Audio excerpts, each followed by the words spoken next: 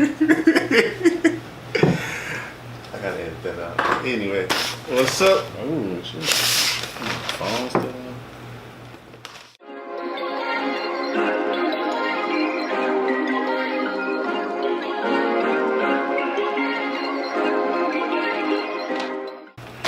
What's up YouTube, it's your boy JB here back with another video. And today we have another mukbang on our hands. And as you guys see, we have another special guest on the channel. So I'm gonna step aside and let her introduce herself. Hi everybody, my name's Shanique. JB is my brother-in-law and Herman is my fiance. So it's a pleasure to be with you guys today. Further ado, let's get into it. Well, say no more because I'm hungry as hell.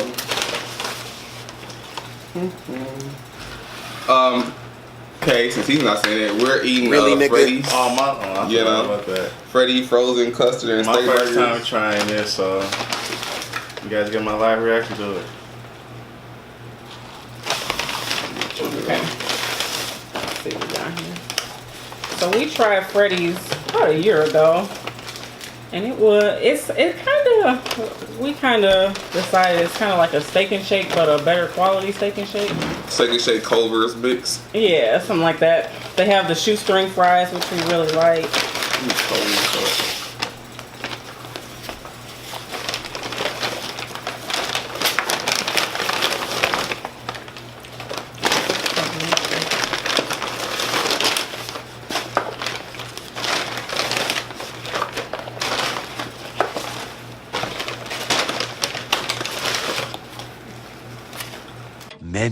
Many minutes later. Oh, look at this.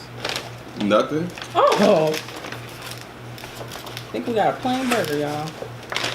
I'm calling me complaining. My fries all over the guy. Oh, yeah. What did we get on this? There's nothing on the burger. Yeah. It's okay. Alright. We got a plain burger. That's not what we ordered, but... I'll let you cut that. We got a lot of stuff, didn't we? Yeah, we got a lot of stuff that's not on here. I got sauerkraut on the side because she don't eat sauerkraut. We have a steak burger and nice dog here. Alright. They use fry sauce? Yeah, I got the same thing. Did they give you toppings?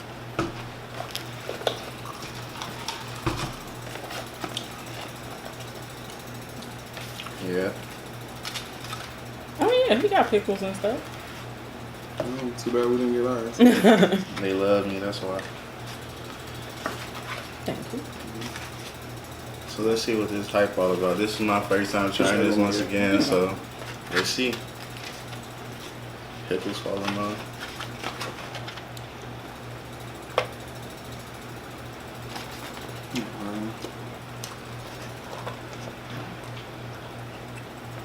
So what's on for discussion today? What's on you guys' mind?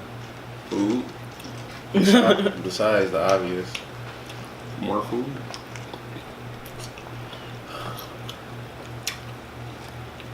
Let's see. Well, in the car, we started a conversation in regards to. Is it good over there? Oh, delicious song. I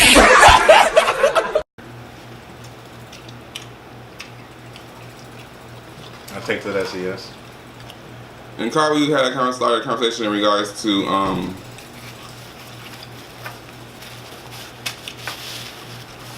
what is that conversation? What's that you? Yeah.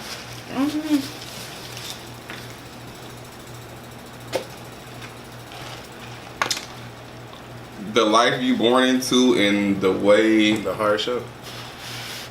Is that the good word? no, like How your parents set up your early adult years, so how they're planning or their lack of planning, like when they have children, how that can affect you as a young adult.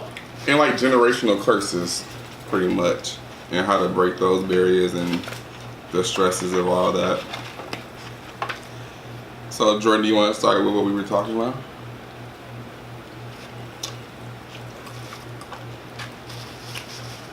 trying to remember. I'm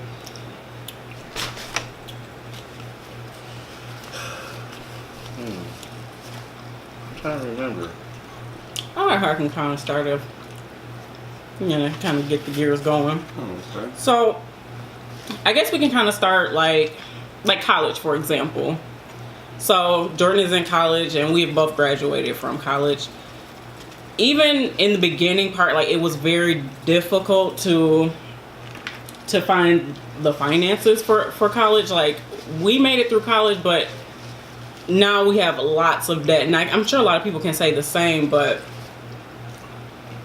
in retrospect, like, if we had the resources from our parents, not saying our parents didn't help, Or family in general. yeah, or family in general, but like a college fund, things like that could make those finances, those things a little bit easier, make the loan debt and burden much less, things like that. Parents, for instance, that give their children vehicles when they turn 16 or maybe 18 when they graduate, things like that, so you don't have to worry about going and financing a car, and you don't even really know much about financing at that point in life. You're 18, 19 years old, and you're worrying about how you're going to get your first car. It would be easier if, and I'm not saying you have to go buy your children a Range Rover, anything like that, but just something to kind of help them to kind of get going in life. And even now, we just got engaged. Me and Herman just got engaged a couple months ago, and it's hard because we don't have, usually there's something that's given towards the wedding, towards any sort of, Or paid in entirety. yeah, some sort of financial alleviation as far as wedding expenses, and everything that we're doing is pretty much going to be paid for on our behalf, just because we don't come from backgrounds we don't come from backgrounds where our parents are in any kind of situation to give us money towards a wedding. And it kind of makes you sad, because you compare yourself to others that they're the same age as you, but they come from a different background that you don't identify with, and it's hard. It makes your startup to life much more difficult. So that's kind of what we were discussing.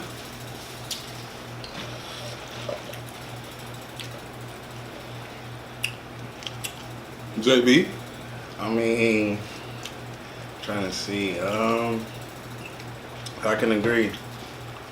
A lot of how do I want to put this? A lot of people I grew up with, some of them have it easy. Meanwhile, others, such as myself and fellow friends and whatnot, have to basically work and earn everything that is given to them. So, and then you look at the others that just have it, I ain't gonna say given to them, but pretty much given to them, laid on the table, hey, take it. And it's just easy for them to get pretty much whatever they need. On the other hand, vice versa, we got to pretty much just earn everything that we want, pretty much. So it's kind of hard and kind of difficult, and make you kind of sad. Also serve as motivation too. So it's just a lot that goes through the mind when you just, I don't know, it's just a lot, honestly. That might be. I might turn that down. Because it might be loud. Yeah, that. Yeah. So just going off of what my beautiful fiance here said, it's just like you get to a point, like we were just casually just talking in the car, and it was just, we talked about like how, I'm trying to say things in the right way. Take your time. I put something on this burger. What was that for? Oh yeah. So pretty much like going through. So I was a first generation college student, and going to college, everything was new, brand new to me, and so you're teaching yourself new things, and you're going through learning all these different things and these experiences or whatever, and you encounter different people from different races, different backgrounds, different cultures, and the things that they have. The difference in between like the lifestyles, and it's a complete culture shock. Like stuff that we wish we had I'm just gonna say, as an African American race, they have it with ease, and they a lot of times they take it for granted or whatever, and you like, damn, I wish I had that. I would be a lot more appreciative of this and this and the third. And it's not about being poor or anything like that. It's just like it ain't even gotta be like stuff of monetary value. It's just like things as far as just like for instance, one of the big things that me and my fiance is going through right now is learning about finances. We're working towards our planning a wedding, buying a house soon, preparing to start our family. And I nor her was taught anything, like I don't know like anything about like financing or how do you go about getting a house, like where do this money come from, how does mortgages work, like none of this stuff, to like that stuff that should be like secondhand nature to survival, you know what I'm saying, like that wasn't taught. And when you look at our peers of different races, you know, they're more advanced in those areas. They're the same age, got houses, got cars, got kids, got this, that, and the third. You just like, you kind of feel like not inadequate or anything like that, but like you feel like where did you learn this? How was this taught? And like, and to them it's just like, oh, like it's not like a second thought. It's just like it's done. You know what I'm saying? Whereas with us, we're like, step one is what? You know what I'm saying? So it's just like, I don't know if I'm making sense of what I'm saying. No, like I'm trying to. It making sense. Continue on. Like, so yeah, like, just pretty much like navigating through life, the steps to navigate through life the right and appropriate way. Like, and everyone comes from different backgrounds, and you know, you gotta take the cards you dealt with in life, and you either dwell on stuff when it's not your way, or you can take the cards you may have and, you know, throw them up in the air and find a different way to go about doing things. And that's what we're pretty much doing. And we're pretty much like teaching ourselves how to break the generational curses, which is fine, you know what I'm saying? But it's like, I feel like there's so much knowledge and so much to learn, once again, which is fine, because I always consider myself student, like I always willing to learn new things or whatever. But it's just like, it's real eye-opening to see like the amount, just like the different levels, how things are different between races. Like that's my main thing, like black families versus other families, the upbringings, how things is taught is like completely different in regards to a lot of different things. But I'm focusing more so on like setting up your kids for the next, like their adult years, and preparing them for the next stages in life. And like I just feel like as a race, not saying that everyone that's African American isn't taught this stuff, but just speaking with my peers and just, you know, and through conversations, just seeing how we relate on different things with that, it is a constant thing that's throughout, was that, you know what I'm saying, how do we go about doing this stuff that we want to do is out of focus. No, it ain't. It was. Like, I don't know. That don't make sense. I think it makes sense. It just really, it feels like a disconnect as far as what other races teach their children in early years as opposed to what we teach our children in their early years. Like, I had a coworker tell me that her parents signed her up for a credit card that she didn't know about earlier in life, and no one used the credit card. No, she didn't know about it, but the credit card was in the child's name so that she would have credit established by the time she was 18. So normally that's not something that people have. They don't have credit established because they don't have anything in their name at all. Right. So here she is, like, she's ready to, you know, purchase a home or purchase a car, whatever she decided to purchase first, I'm not sure. But she had pretty much perfect credit because she has this major credit card in her name that established her credit all these years in. And I thought that was the greatest idea ever. Just idea. Yeah, like it's more to having children than just having children. Like you have to realize that it starts with you.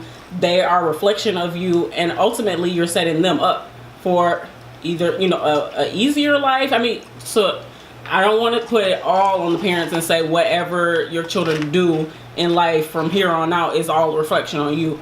But as far as things like this go, as far as putting them in the right direction so that you know that you're setting them up for at least a good start on life, that kind of stuff is on you. And I just thought that was a good idea. I also had another coworker that said, well, she has a baby that's, I want to say, almost 2. And she's wondering, like, what do I get this child for Christmas? Like, he has toys and things like that, and he's also 1.5. So what do you get a child that's 1.5? She decided to open a college fund or like just some sort of fund for the child and send the link to all of their family members. Oh, that's a great idea. And they put the money as a Christmas gift into the account. That's a good idea. I thought that was a good idea. That is a good idea. So instead of going and buying meaningless toys that the child won't use in 3 months, they'll have this money that is like a startup fund. That's a great idea, actually. When she told me that, I was blown away because I had never, ever heard of anyone doing anything like that. So I'm like, I mean, that is just like a great idea. So instead, like, they still got him toys and stuff like that, and he'll still get gifts. But I mean, that's the greatest gift of all. And if he decides to go to college with that money, he can go to college with it. If he decides he doesn't want to go to college and he wants to do something else with that money, he can do that as well. The money is his when he turns 18. So whatever he decides he wants to do in life, he will have this fund that they started pretty much from the day he was born. That's amazing. And that's what I'm talking about. Like, I don't know if it's just a different way of thinking, because I think the cliche thing is that, oh, I want to make it out the hood. Not necessarily have to come from the hood, but like, I want to make it out the hood, and I want to bring out the struggle, and give back to my family, my parents, and buy them a house, do this, that, and the third. And that's fine. But at some point, in the middle of all that, there got to be a breakdown of like thinking. Like, a master plan has to be made. Like, I gotta do this in order to get to from step A to step B, so from step B to step C. And in order to navigate through all that, you gotta know what you're doing. And that's my thing. Like, where is this foundation being laid at? Because if you keep going through and having kids and it's getting brought up and it's the same thing over in these cycles, over and over and over, it's not getting broken. So I think as millennials, I think we're in a better place than before. Like the youth 10 years ago or 20 years, like the adults, young adults at that age, I feel like we're more empowered now. I feel like education is like the thing. Like, you know, before it was like, oh, drink, smoke, whatever. I don't know. Like, it wasn't like education is more of a popular thing to do for us. Like, exactly. Most of us are college educated because, I will give that to our parents because that was definitely pushed in my household that it was college, and it was college. There wasn't. I feel like now it's like, well, you could do college, but college isn't for everyone. Right. So you might want to do this or you do that. And I'm not knocking anyone that didn't go directly to college. I'm not. But I'm just saying in my household, it was from as early as I can remember, you got to go to college. You got to go to college. You got to do, you got to pick something. So that was really the only way I knew. So I graduated from high school, and I wouldn't say I was like, oh, I knew exactly what school I was going to. I knew exactly what I was doing, but I did know that I was going to college. I did know I was going to do something. So that was all I knew. And I feel like in our generation, a lot of our parents must have did push the same thing, because a lot of us did push on through, regardless of the financial situations or not. We did push through, and we did get degrees. Yeah, and that it makes you feel very empowered. Like, you just want to continue to just like do more and want more. And that's why I was talking to my older sister earlier too. It was in on this conversation. It was about like you know, I got my bachelor's, but I still feel like I want more. There's more to obtain. That, you know, I'm 28, and I feel like the world I wanted to conquer is still out there, and it hasn't been conquered. And it's like, what do I do? How do I get that done? And like I said, in the middle of trying to conquer the world, we have a wedding to plan. We have to get ready to start a family. Just personal goals we set for ourselves individually, and then goals that we set for ourselves together as a couple. You know what I'm saying? And it's just like, you competing with time. And I'm still young. We're both still young. But before I turned 30, there's a lot of things I wanted to accomplish, and I just feel like, man, I'm not on track for it, or it's these roadblocks because I don't know.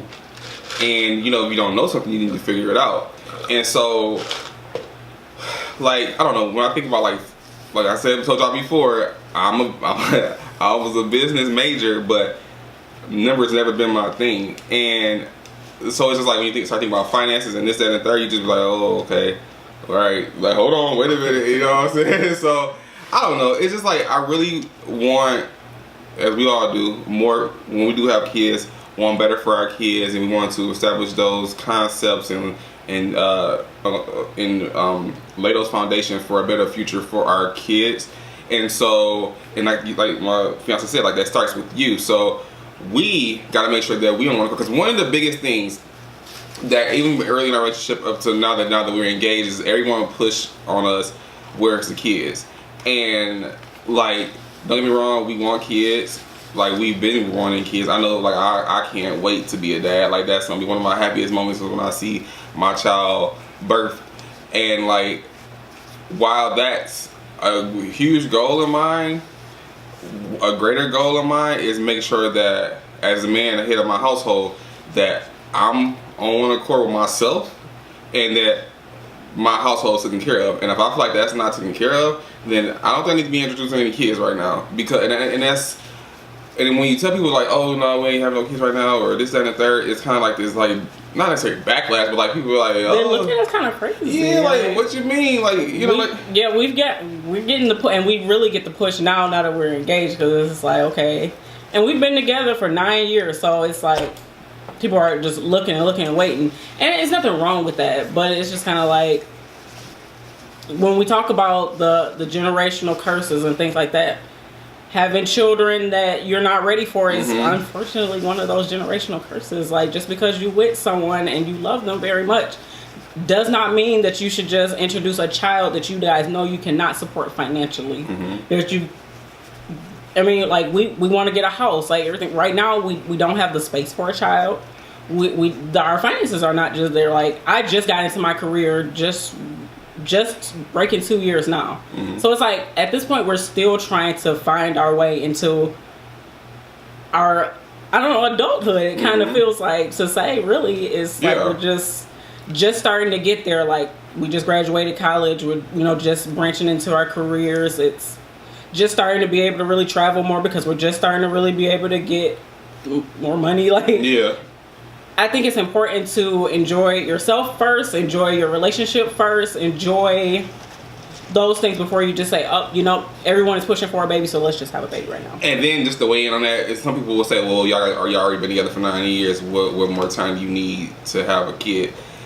And it's not that we're not ready. Yeah, it's not that we're not ready. As far as like physically having a child, like if we had a child right now, we would both be ecstatic because it'd be our child and we love them. But the stress what we're trying to avoid is the generational curses. Yeah. Not childcare. Like, everyone has heard of the nightmares of childcare as far as daycare expenses. You could spend $800-900 a month on childcare. Neither one of us, our family does not live where we live. They live, at least an hour away, so that's not a feasible option for reliable daycare. We both work jobs, so and then it's 2018. I don't know who is a stay-at-home mom or dad without having the funds to be able to keep a household afloat. So with that being said, we both go to work, so someone has to be home to watch the child. A lot of people are fortunate enough to have their parents either live at home with them, or they're somewhere close where they don't have to worry about childcare expenses, but we don't have that, so that would also be something we would have to worry about, along with the expenses of a child alone. So in that aspect of it, that is the reason why we wait. We want to be able to have those things, not have to stress about, not have our child be a burden a stressor, as opposed to just being able to enjoy your child. I want to be able to be pregnant and go shopping if I want to, buy things off the rack that I see, as I go along in my pregnancy, be able to enjoy it, not think about, I don't know how I'm gonna afford these diapers. I don't know about formula. I don't know about daycare. Oh, our car just broke down. Things like that. Yes, that's life, but we should be able to afford those things too, and not have to worry about, well, if I pay for this, well, how is this going to get paid for? That's all we are really worried about at this point. So while it is in the back of our mind that yes, we do want a family, and that's why we are also so goal driven, and that's why we're working towards that stuff, but it will just have to continue to wait until we feel ready. Yeah, I think that's just when it just comes to relationship stuff in general. Just briefly, like it's okay to get input or people to weigh in on stuff, whatever. But at the end of the day, you're gonna do what you want to do, and what works for you might not work for the next person. So as long as you and your significant other is on the same page, and you guys are happy with what you got worked out, that's all that really matters. And that's not a shot towards anyone that's weighing in on our particular situation or whatever, because we appreciate the love, the thought, the caring, and stuff of that nature. But we're just saying in general, like, you gotta do what works best for you, because everyone's different, every relationship is different, and this is what it is. By all means, I know when we have a kid, like, they will be loved tremendously by a lot of people. That's not the concern. We know we'll have the support in that sense. It's just literally all about finances. It's like the major thing. And people are like, well, money is not everything. Well, it kind of is, especially when you're building. We're building, like we said, we don't come from money. You know what I'm saying? And so we're building. We're establishing ourselves as we building our own new family.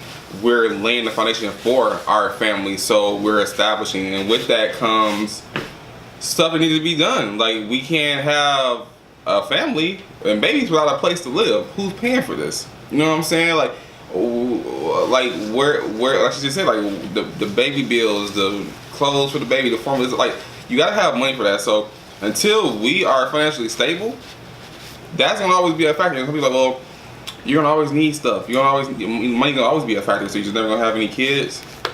Well, yeah, money gonna always be an issue, but we'll be a little bit more comfortable. Yeah, I don't want it to be a critical issue. Yeah. Like, you shouldn't be on the verge. I'm not saying that this is us, because we are by far from anything like this, but you shouldn't be on the verge of being homeless, or you should have, reliable transportation and things like that.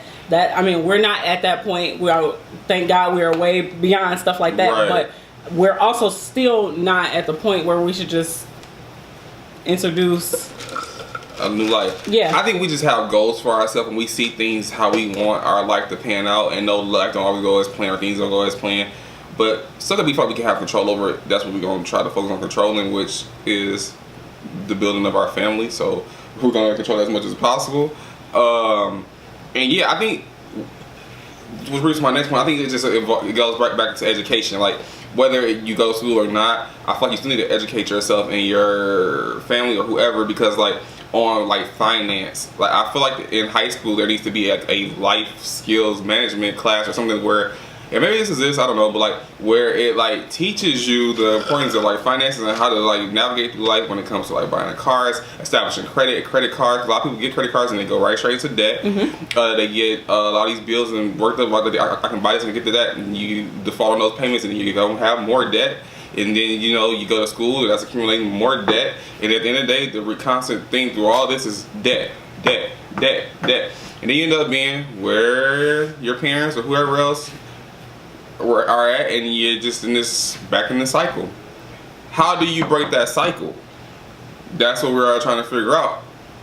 And we know how to break it. We're working towards it. It's not as easy as said as done as it is for the next person or the next race or whatever the case may be.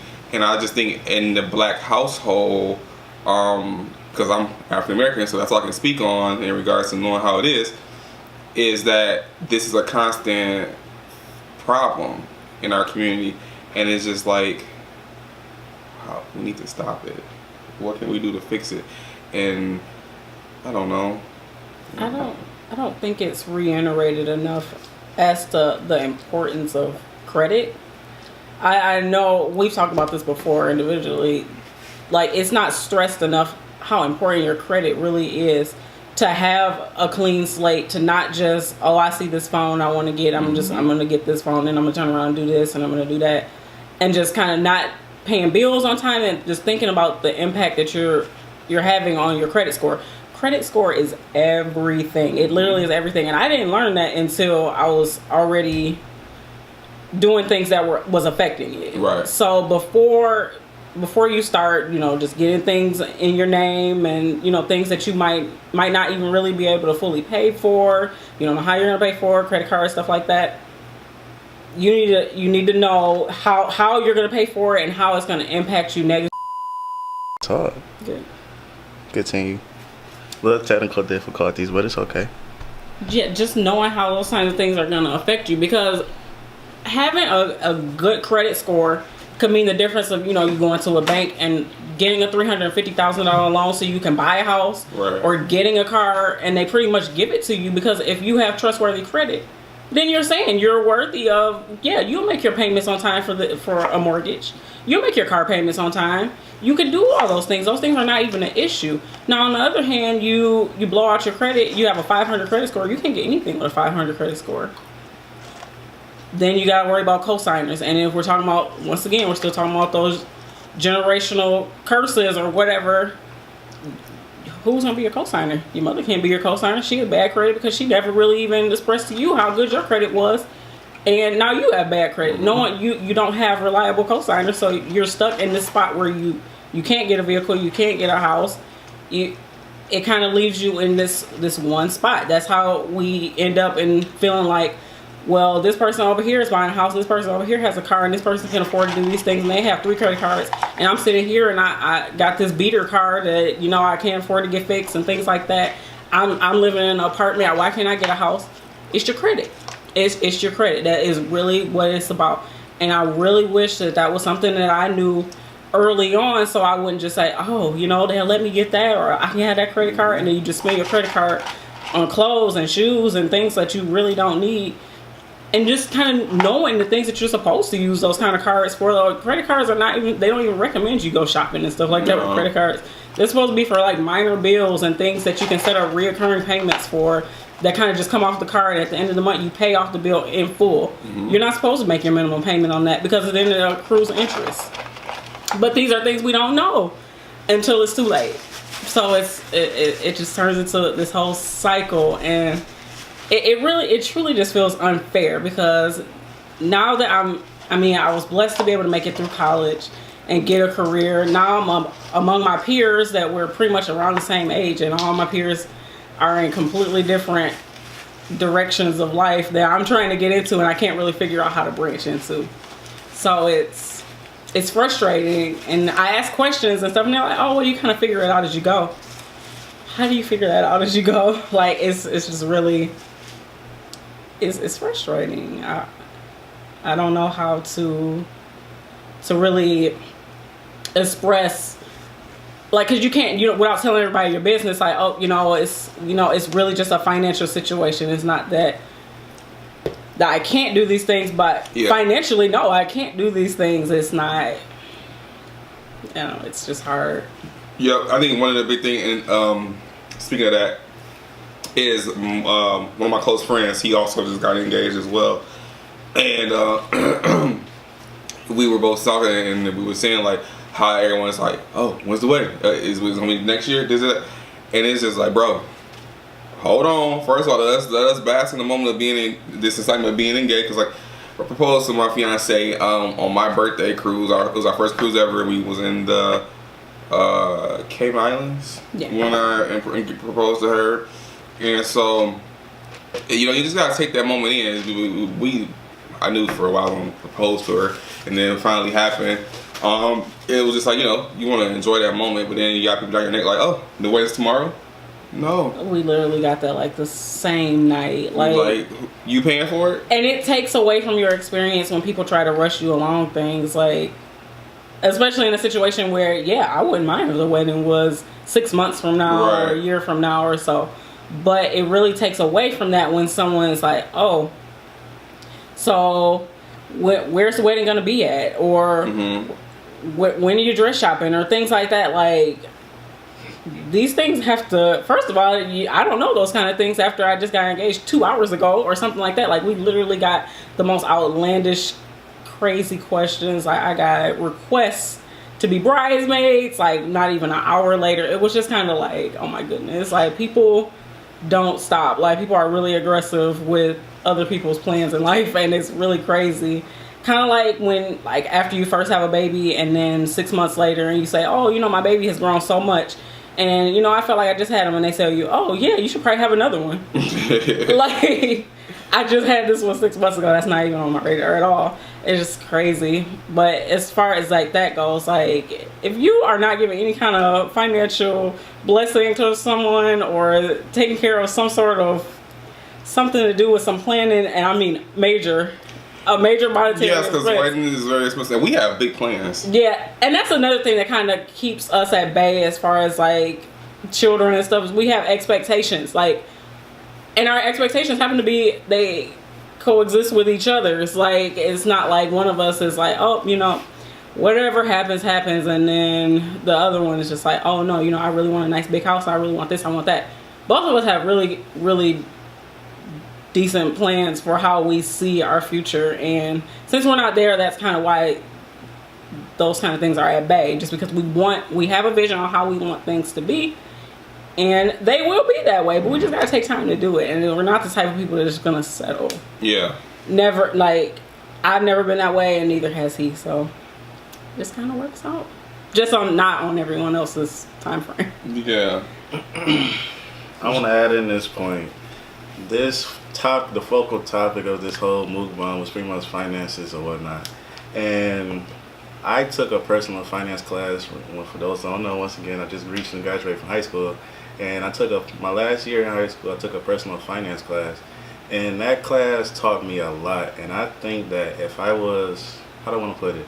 If that class were introduced to me earlier in life, it would have like, how do I want to put it?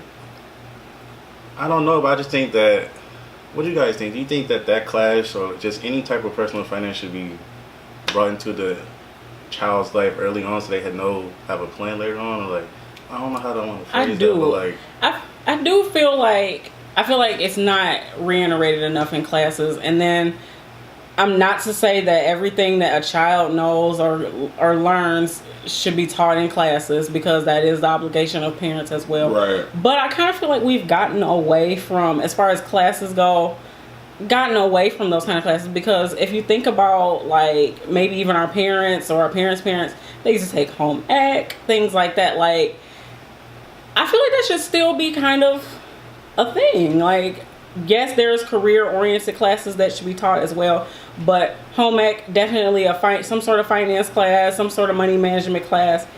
Heck, even throw in something about some taxes, because I don't know a thing about taxes. Man. And there's a lot that weighs on people filing their taxes and knowing exactly what they're filing.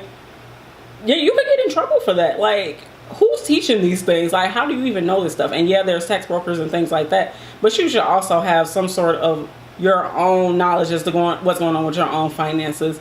And that kind of stuff is completely brushed over in high school classes, middle school classes. I didn't take anything about any taxes. Nothing at all. I don't know if I took a finance test at all. Like, I really don't. And I just think we kind of moved away from that. And I understand that there's other things in curriculum that they try to teach as far as like foreign languages and things like that. But there's other things that we also need to focus on as far as being adults and just living in society. Like, Yeah, piggyback on that, like, cause like, I'm sorry, but A squared equals B squared plus C squared equals C. That's exactly. Not, that's like, not what gonna is get, that? that's not gonna help you. It's not day-to-day life. That's not gonna help you. Yeah. And I understand, like, it's whatever skill set they're trying to teach, whatever, but really, that's not. Bring in the personal finance class. Like, okay, as a business major, yes, I took a finance class, but my finance class, I didn't like. It wasn't like, oh, this is how taxes is done. This is like, it's just you taught a curriculum of stuff, you pass it, and you go on about your business. You know what I'm saying? And I don't know. It's just really frustrating, because it's just like you see things that you want or want to learn.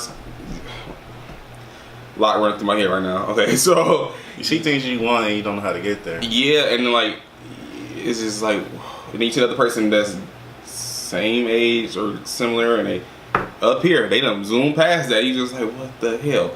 And so it's just like, How? I don't know. Yeah, it's really frustrating. I guess my question to you is, so as you know, guys, so we are 10 years apart in age. So, seeing while you going through school or whatever, and from this time up to you graduate like that, what is something like what is your big concern that you have in regards to like your future goals, or how do you feel that how you feel now in regards to finances and stuff? Let me talk about this guy real quick. He is really good at budgeting his money. In fact, it's very irritating. Like he's really good at budgeting his money, and which is good. Like, you know, he's really good, but he's very tight-fisted. But he's really good at budgeting his money. And a lot of people don't have that or whatever. Like, they spend everything. They get something in their hand, they just spend it. Get it in their hand, spend it. And he's the opposite. So I think for that, in that sense, he got that going for himself already. Like, so when you like from this time now up until when you graduate, what do you feel like is going to be like? What's the concern for you now in regards to your future as far as finances? And then like, how do you see it panning out once you graduate? What's some of your concerns you have in regards to that your future? Where do I begin?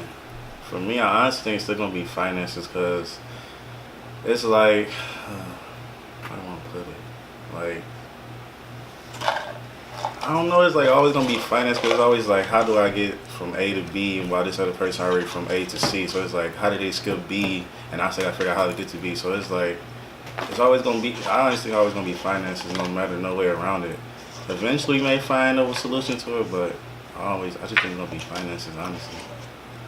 Do you worry about like the debt that you're gonna accrue as far as being? Yes, already. That was already a thought of mine before I even stepped foot onto the college campus that I attend. And it's just crazy. It's like, how I'm gonna pay this off? Like, yeah, scholarships. Yeah, I was valedictorian and all that. I got a few scholarships, but it's like, okay, I need more because it's still money left needs to be paid. So it's like, man, how I'm gonna pay that off? And that's why I said finances. I always think it's gonna be a problem, because it's like, how is it gonna get paid? But yeah. And I think also, so Jordan's on Christmas break, and we've been and he's been with us for his break so far, and we've been watching Chicago Med, and we had a conversation about like when your kids growing up, and like the things that they decide, okay, they do go off to college and stuff like that. And I was thinking to myself, like, okay, the kids go to school, but what careers are they, like, what's the majors they major in? Like, do you feel like, I guess I asked this to both of you guys, should we be focusing on what our kids are putting on, like, putting heavier emphasis on what our kids are doing? Because, like, they actually got to be a doctor, but we ain't trying to have them go to school and be, I don't know, something that's not really lucrative. Yeah, we won't get it. We won't get specifics. We don't want to offend anybody. Right. And do you think that do you think money should be a major factor in picking a career, or not, or should it be based on your joy happiness of doing your job? Like, how do you guys feel about that when it comes to careers? That's a hard question. I don't know. I gotta think about that. I feel like we've talked about this before too. Mm-hmm. As yes and no, as far as like, should it be money driven? Because that's kind of like telling someone to go be a doctor, go be a surgeon, go do something that you have no interest in, right? Just because you could possibly make six figures, right? So in that sense, I would say no, don't be so specific. But when you're having these conversations with your children, yes, be direct with them. Like you're setting up for the kind of lifestyle you want to live. What kind of things do you want out of life? What kind of car do you want to drive? What kind of lifestyle do you want to have? Do you want to travel? Do you want to do these kind of things? Put that into perspective of things that you want to do. If you want to do something as far as, and this is not saying anything about anybody in these fields or anything, but if you want to, let's see, it's on the tip of my tongue, but I can't think about it. The kind of field where you kind of help people. What is that? Nonprofit. Oh, yeah. You want to do like nonprofit work. And I had a background in nonprofit as well. So it is nothing wrong as far as nonprofit whatsoever. But you do have to realize that people that work in nonprofit industries do not make as much. It's more of a passion-driven field. I want to help people. It is. I want to be that change. I want to start an organization for homeless women. I want to open shelters. I want to do things like that. Yeah. It's a lot of footwork, and it's a lot of your own money that goes into that at first before you even get the trust of the community to even try to give you any kind of monetary contributions. It's a lot that goes into that. So if you want to go into something like that, kind of gear that towards in a way where you can kind of make the most money from it. I mean, thinking directors, things like that. Like you have to kind of gear the things that you want, your passions, into ways where you can still kind of profit, and for yourself. So I guess I kind of talked a little bit around the question, but no, I get it though, because like as a business major, like it's always about the return of your investment. So I definitely agree with that, because I'm not saying anything you gotta benefit from it, but like when you're talking about like your livelihood, your life, you need to be making some type of income in what you're doing. And while I had the pleasure of working at 2 nonprofits before, it definitely opened my eyes into the whole world of nonprofit, and I definitely do want to one day start my own nonprofit. But it is, like she says, a lot that goes into it, and you invest a lot of time and energy and your resources for the greater cause of the people. So you got to go into that knowing that you're not gonna make a lot of money, but you are making an impact on people, the society, a better community. And for some people that's fine, but if you're expecting more out of that, you definitely got to figure out a way to capitalize on that situation, like you said, becoming a director or wherever the case may be. But it's definitely needed. I had a great time doing what I did at both of those organizations, and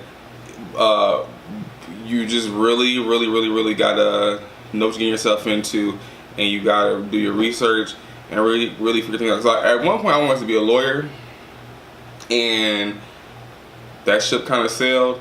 I remember before I wanted to be a dentist and stuff like that, and I really wish really wish that I had continued on those paths, because I feel like I know things would be different, because I would be a lawyer or a dentist and stuff like that, and then money will be better. So it's just like, I don't know, you know what I'm saying? It's just, I don't know, but I pass it on to Jordan.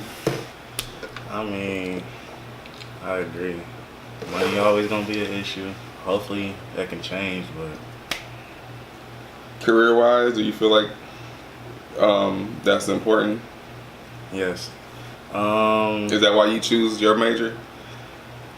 Yes and no. Yes, because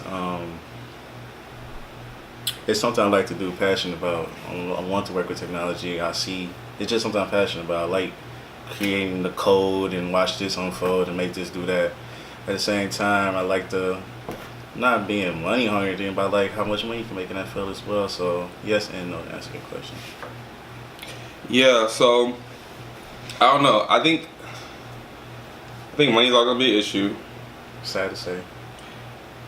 But you shouldn't be driven by money. It's the passion that matters. I think you definitely, it depends on what the circumstances is, but I feel like you definitely shouldn't let money drive you. It shouldn't be like, oh, I can't live without this money. Like, I gotta do this, or you selling your soul, or doing crazy stuff for money. I think you should make smart, informed decisions on ways to level up in life that will help you obtain the money that you see. It ain't gotta be money, just anything, any benefit or perks that will help get you where you want to go to the next place, whether it's advancement in a job, whether it's new skills you're learning, you're growing as a person professionally, and personally, you're building relationships with people, you're networking, you're growing and learning. In that sense, you're advancing the better cause of an organization because you're expanding your knowledge and you're growing. You're being a role model or mentor to anyone. and you help bring up the next generation of people that's coming into your field. You want to be giving back to the community, using it as a stewardship to help pioneer those things. Like, you really gotta think about what you want your lasting impact to be, your legacy that you leave behind, and what do you want that to say about you. So, like I said, don't be money hungry. That shouldn't be the main thing. This conversation wasn't to be fueled based on being money hungry. It's about preparing yourself to be able to live the lifestyle that you want to have. And for everyone that I know, everybody wants a lot out of life, whether it's traveling, nice things to do for your family and loved ones. So with that comes finance, because you need to have money to be able to do stuff like that. Nothing in life really comes free. So you gotta get there. So we're trying to figure out how to get there and to break those generational curses. I don't know. Just really, not I'm gonna say irritating topic, but it's just like something to make you think. Yeah, it's just you can sit. I think you can sit and talk for hours about it because it's just like it just keeps going. It's just like, man, what's next? What can I do? What's the master plan? And I don't think that, this is gonna be a new year. And people go, this year I'm gonna do this differently. Well, my always been like, don't wait for tomorrow what you can do today. But you know what I'm saying? It's okay to set some goals like, I sit back and review 2018. This is what I did. This is what didn't work for me. This worked for me. This that. So in 2019, I'm gonna do this differently. Do that. Do that. Do that. That's fine. But when you sit here and just say, unrealistic stuff. I'm doing this in 2019 and this, that, and you don't have no clear way of view or any plan. Yeah, like you just talking. Don't be just one of them people that's just talking. Like, be about it. Be about it. Like, you gotta set realistic goals for yourself. And I'm really starting my older sister about this because she's one of those individuals who she wants to set all these goals, and I try to help her set realistic goals. And being a younger brother, well, yeah, you're telling your older sister what to do. Yeah, I am, because everybody can use help. So like, I'm just trying to help her come up with a better plan in life and set realistic foundations as a family, to figure out how we all can achieve greatness in whatever we want to do out of life. So I don't know. I think you just really gotta not give up. Never. You gotta keep that fire burning, especially when you got kids or other people that depend on you, whatever the case may be. And you gotta just remember like what you're doing it for. Like, you know what I'm saying? You gotta have some type of purpose to keep you motivated and driven. And eventually, I guess things will come full circle. I don't know, because it's just like, it's so much. I don't know. I'm probably talking in circles or something, but yeah. I mean, any other final thoughts before we wrap this up?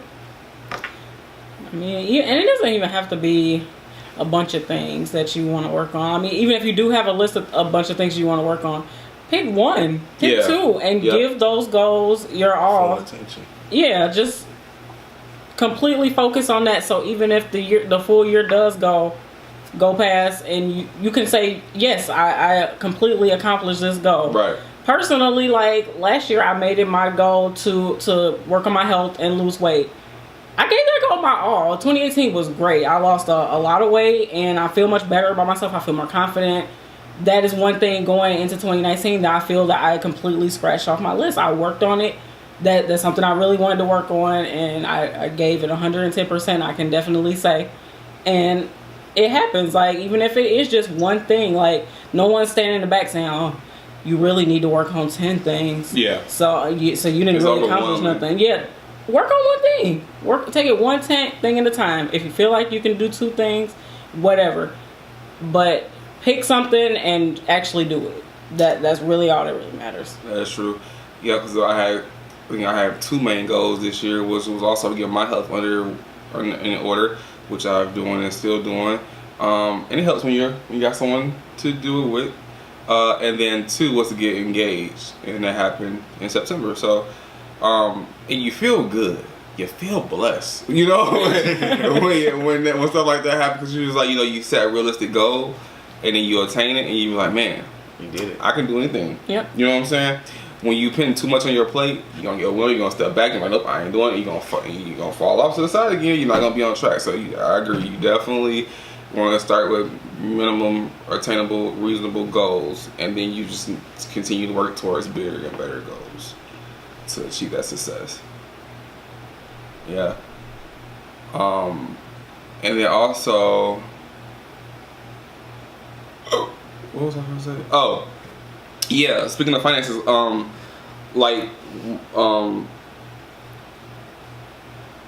mind. Scratch that. Never mind. You sure? We could literally go on forever. Yeah, it's a lot, but yeah.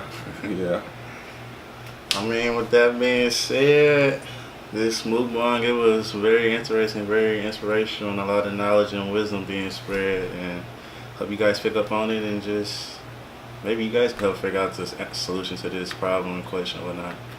And if they don't have anything else to say, I enjoyed it. I don't know about you guys. I liked it. I can see doing many more of these in the future. So yeah, we definitely have some stuff coming up. Oh, yeah. Christmas around the corner, so stay tuned. You know what I'm saying? But yeah, I really enjoyed this conversation. I think it's definitely going to continue to last endlessly. I don't know. I just don't know. I think we as a race have to do better, and we're learning and we're growing, and we gotta continue to uplift each other. You know, strive for the best. Strive for greatness. So I guess that's pretty much the end of this mukbang. I'm gonna leave their social media down below in the description. And what do you think about Freddy'S too, by the way? Oh, I'll let you guys start. Oh, well, I wish they had put all our toppings on our burger. I'll give them a call a little bit and tell them about that, because they actually missed all of our toppings. Yeah. I'm not typically a complainer, but they missed. Yeah, that's kind of how we balance each other out. But yeah, typically I would let something like this go, but they really, really, really messed up this food. Like, we had lettuce and maybe mayo. We had like the works on this burger, so I mean, I feel bad because it was, well, your food was good, right? It was definitely good. Well, at least they didn't mess up yours, so that would have been a bad first experience. But usually they are pretty good, like, but yeah. It make you feel weird, because like, we don't usually eat fast food since we've been on our health kick. And, you know, when you cheat, I don't say cheat, but when you go enjoy yourself, eat a burger, can it be right? Then you feel like, damn, I shouldn't even did that. I wasted the calories on that. It was a complete waste. Yeah, but you know. Maybe you should check the bag before you left. It's getting to the point where it's like, okay, if the line has to wait, they're going to have to wait until I look through my entire bag. Yeah, it's ridiculous. It's really ridiculous. I didn't expect that, but yeah. With that being said, I like Freddy'S. It's cool. I'm looking forward to going back there. And what do you think about the fried sauce? it was straight. I liked it. It was okay. Mm-hmm. It was a little hit of spice in there, but Yeah. I liked it. So with that being said, catch you guys later. Got more in tune. Stay up to date, and see you guys later. Peace.